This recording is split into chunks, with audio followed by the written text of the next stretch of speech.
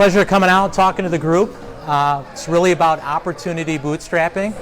I had a chance to meet everybody here before. I think the presentation is going to be relevant for everybody directly, from people trying to sell media internationally, nationally in the short term, to people looking for local people that would want to buy insurance, etc.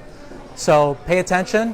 I may be talking from a commercial or business perspective today, but it also applies to a student looking for a job. It's making a connection, finding an opportunity by reaching out and being active in the world. So lead generation bootstrapping, the whole concept is going out there as a startup, as an entrepreneur, when you don't have unlimited resources. You basically got your time and your effort and maybe a computer. So lead generation defined, I think we cover that at a high level. You can go out there, you can pay a marketing team, you can get salespeople on your team, but as an entrepreneur, when you're looking for your first client, that's definitely not an option. Just the fact that you would have to train somebody to understand your story to position you means you have time to maybe do it yourself. So all my techniques, all my strategies, and my 20 years of experience leverage starting with kind of nothing and building it up.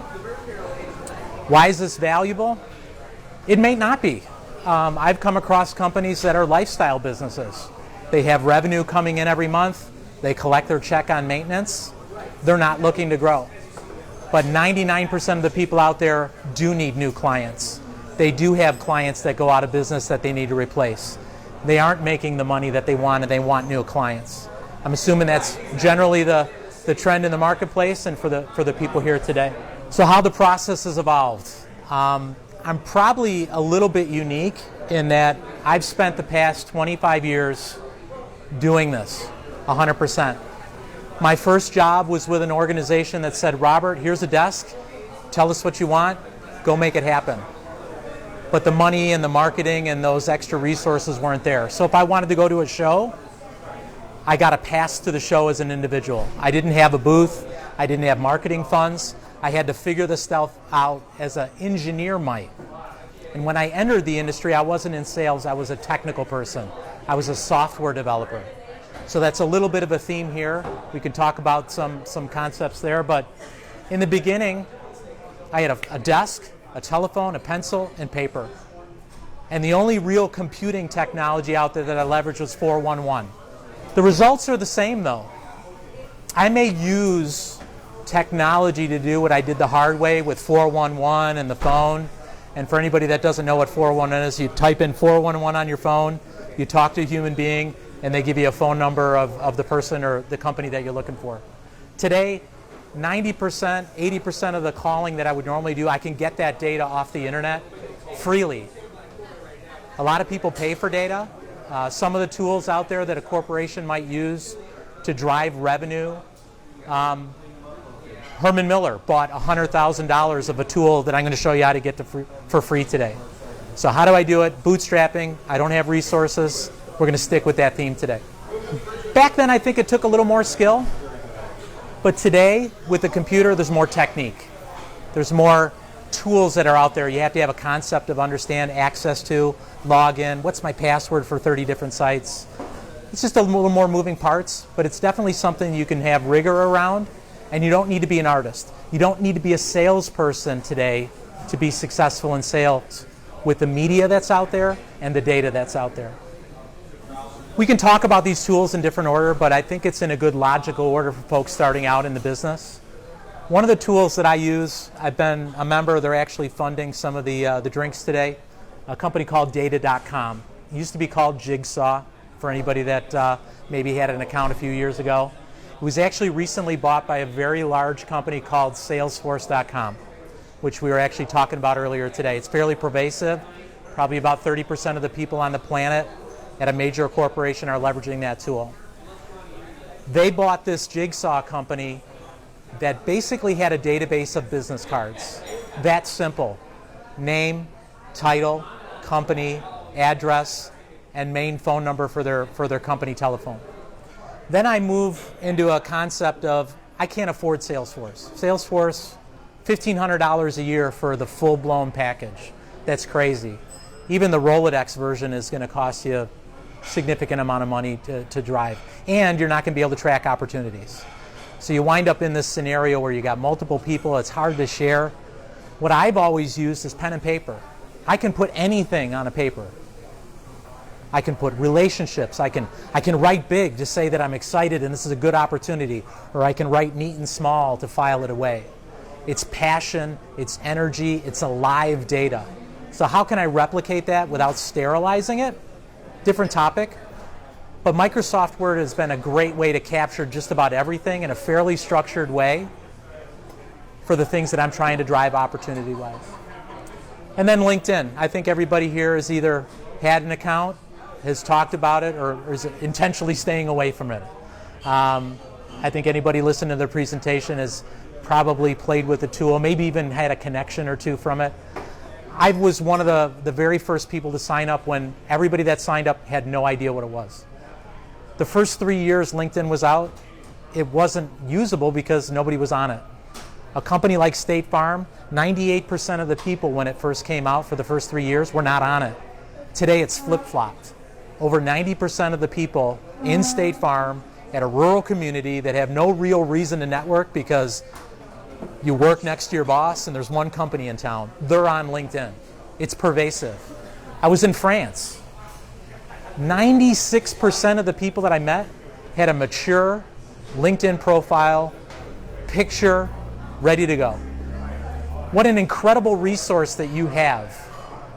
Instead of starting with the phone and saying, what's the main phone number for Boeing? I'm not sure where they're located. Well, sir, you have to let us know what state they're in, otherwise I can't look up the number. I don't have an internet connection today. How do I find it out? You know, maybe I grab a magazine. That's how archaic it was back then. Today, you can walk in on data.com, sign up for a free account. Almost every company that you could ever want to sell to of any size is on there. Searchable, dissectable, and you can grab the data and put it in your Word document to start.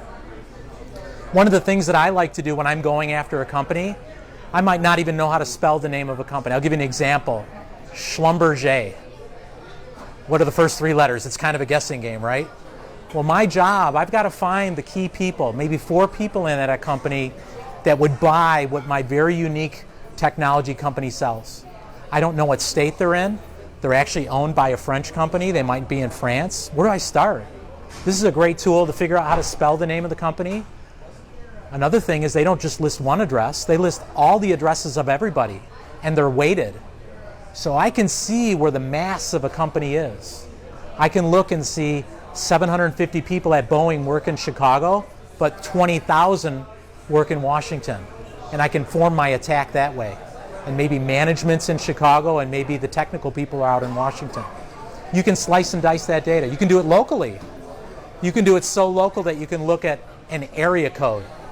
Here it's 219, but maybe I want to live in 219, but I want to work in 312 downtown Chicago.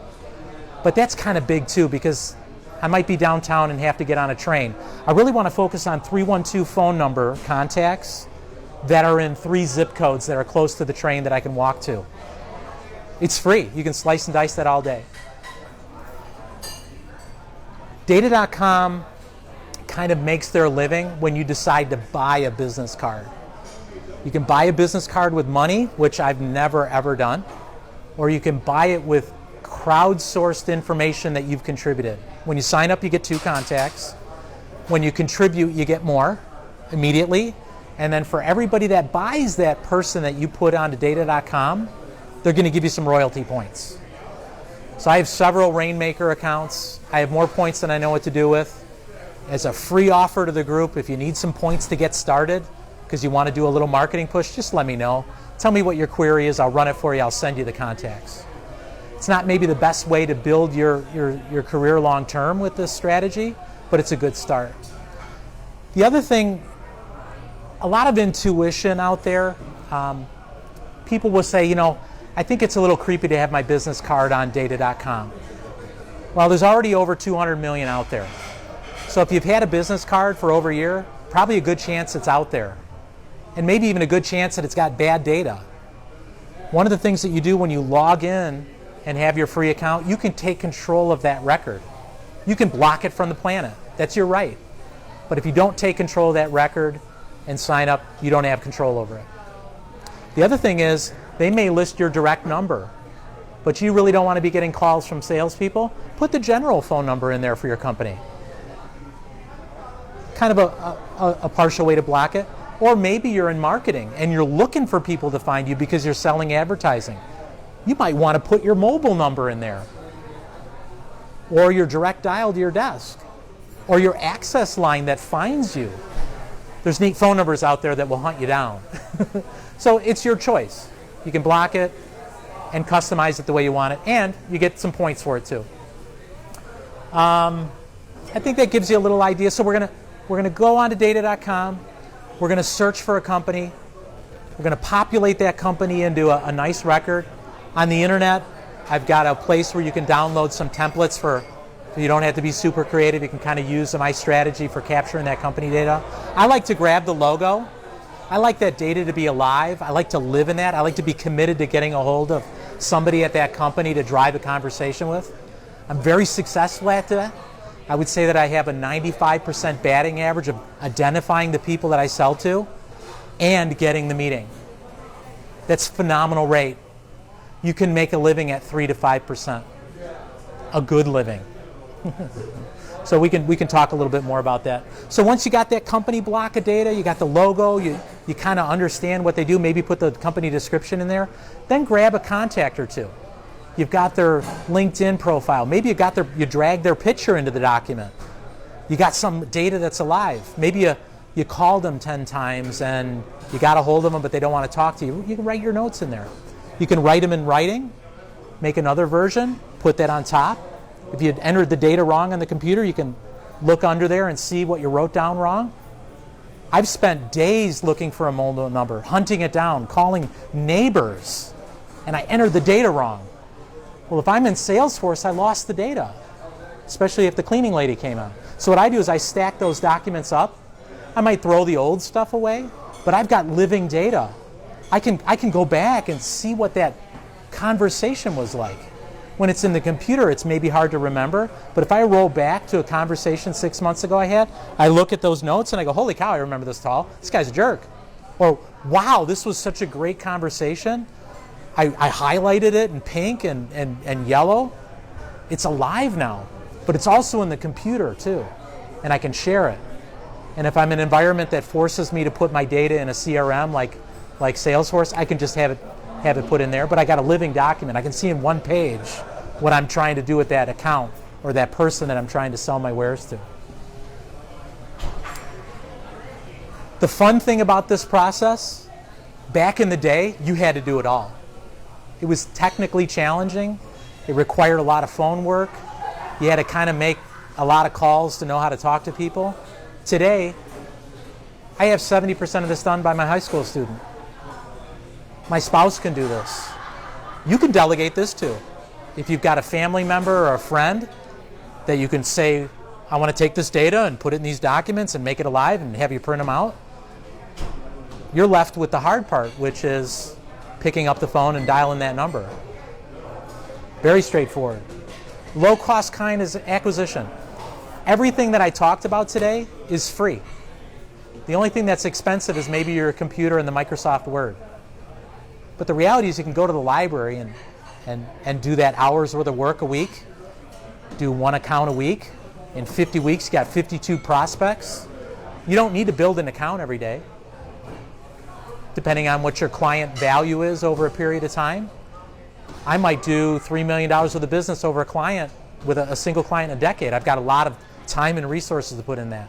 If you're selling a low-cost item, maybe it's a lifetime value of a client for $1,000. Maybe you do a little more. Maybe you don't print so much. Maybe you keep it electronic and maybe you just dibble through the files and electronically do it. It's a choice. So I've talked about some printing costs, the cost of maybe Microsoft Word, but there's other options that are out there. And an internet connection, you're good to go. Improved LinkedIn perspective. LinkedIn phase 1 is a resume. It's a way to put yourself out there, let people that you know connect with you. Phase 2 of a LinkedIn profile is you're really kind of engaging the community. Maybe there's a group of people that are in microbrew, And there's thousands and thousands of groups on LinkedIn with thousands of people in them. The Harvard Business Group reached 990,000. You can't get on it anymore. I'd love to be on it. Am I interested in Harvard? No. But those million people are immediately findable. I can immediately do something with those profiles. I can see their name. LinkedIn has changed. It used to be wide open. You used to be able to talk to anybody. You used to be able to send a message to anybody. Today you can't. If you're a third connection to your next client, you're in trouble because you can't see their last name. How do you cross-reference that? It's painful, right? So one of the strategies that I've moved away from the intuition is I want a really tight network. When you start LinkedIn, it's altruistic. You want to keep your friends close. You want 200 contacts that you really know, but it's a handicapping strategy. When you do that search, you're looking for people you don't know. You want people, everybody on the planet, to be your second connection. Be promiscuous. If somebody sends you a connection invite and they look like a human being, just say yes. LinkedIn is so pervasive, I can't stress how much every dollar I've made has been related to LinkedIn in some way or another. Now remember, I'm in the commercial space. If you're selling to consumers, it's a little different. Maybe Facebook is your play. But in Facebook, if I have a name, I can also go up on data.com and grab that information as well. So let's say you got a great LinkedIn profile. You built a couple of these Word documents. You're calling people. You're getting an appointment or two. It's heavy. It's a lot of work. Getting connections. You got to send out a connection request. People send you the invite. It's a lot of work. It takes time. I don't want to spend an hour not developing software in the morning so that I can sell and be in this social world. So there's a company out here. I don't know how long they're going to be able to do this, but it's a company called Autopilot for LinkedIn. And the concept is if you build a search in LinkedIn, this technology will touch each of those profiles methodically. It'll touch about 600 a day. And what will happen is when that person opens up their LinkedIn profile, they'll see who looked at their profile. They'll see the people that, that's why you want to have a picture on your LinkedIn profile. They're going to see a picture of you. Maybe it's you with a camera because you're in media. There's something about you. Great haircut because you do hair design. Whatever it is. Whatever that's about you. Whether you look like a sales guy or a technology guy. Maybe you got a propeller on your head. Maybe you got a green pair of glasses because you want people to remember you. Either way, they're going to see you. And a certain number of those people that see your profile are going to click on it. And your profile is going to open up. Your resume, your shingle to the world, that's free. It's hosted, it's fast, and everybody's got it. Free marketing. Some of those people are going to take that next step and send that connection request. They're going to say, join me. And there's a bunch of ways now that LinkedIn allows a user to select without the email to send that person a connection invite. Incredibly powerful. I ran LinkedIn against a specific LinkedIn group in my space. My profile speaks very tightly to the space that I sell to. There's technical people, there's managers, there's directors. 600 impressions went out. In 24 hours, I had 63 people open my webpage, my LinkedIn profile. They actually opened it. Everybody saw that I hit their page, but 63 clicked. Do you remember how many people actually sent me the connection invite? Was it 9 or 8? It was over 1% in 24 hours. Not everybody looks at their profile every day. So what happens as that rate goes down? I might get close to 2%. Wow. I don't have to worry about connections now. I just need to run autopilot every day. It takes about 60 minutes to run on your computer, runs in a window, manages itself. It's an automation. Everybody's heard about home automation.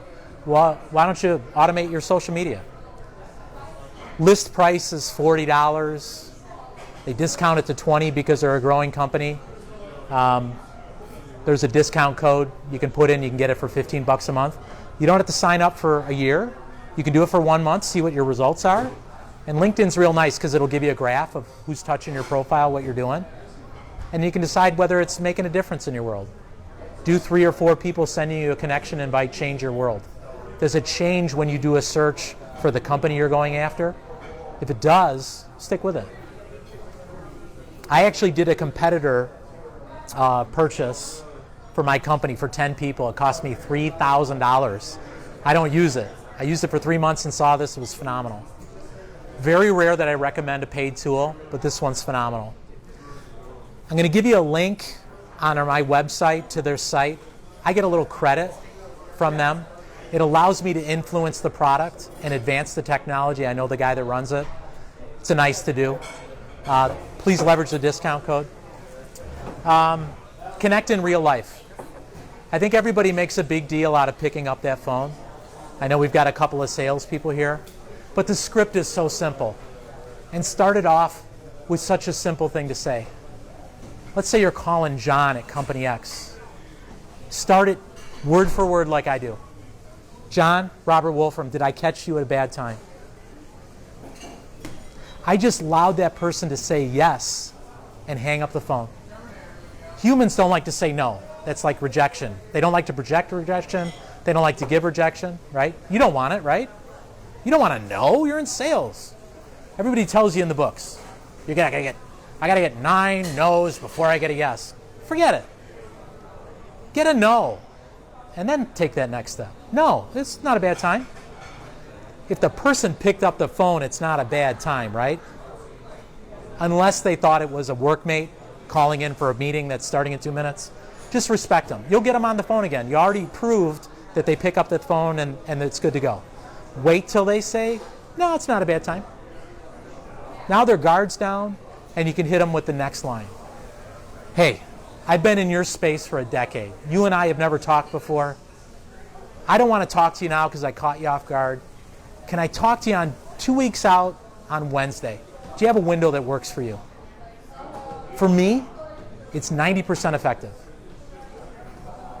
No guesswork. Even if it was 40% effective and I'm lying, it's phenomenal. Most books say, hey, your rate's going to be about 10 or 20%.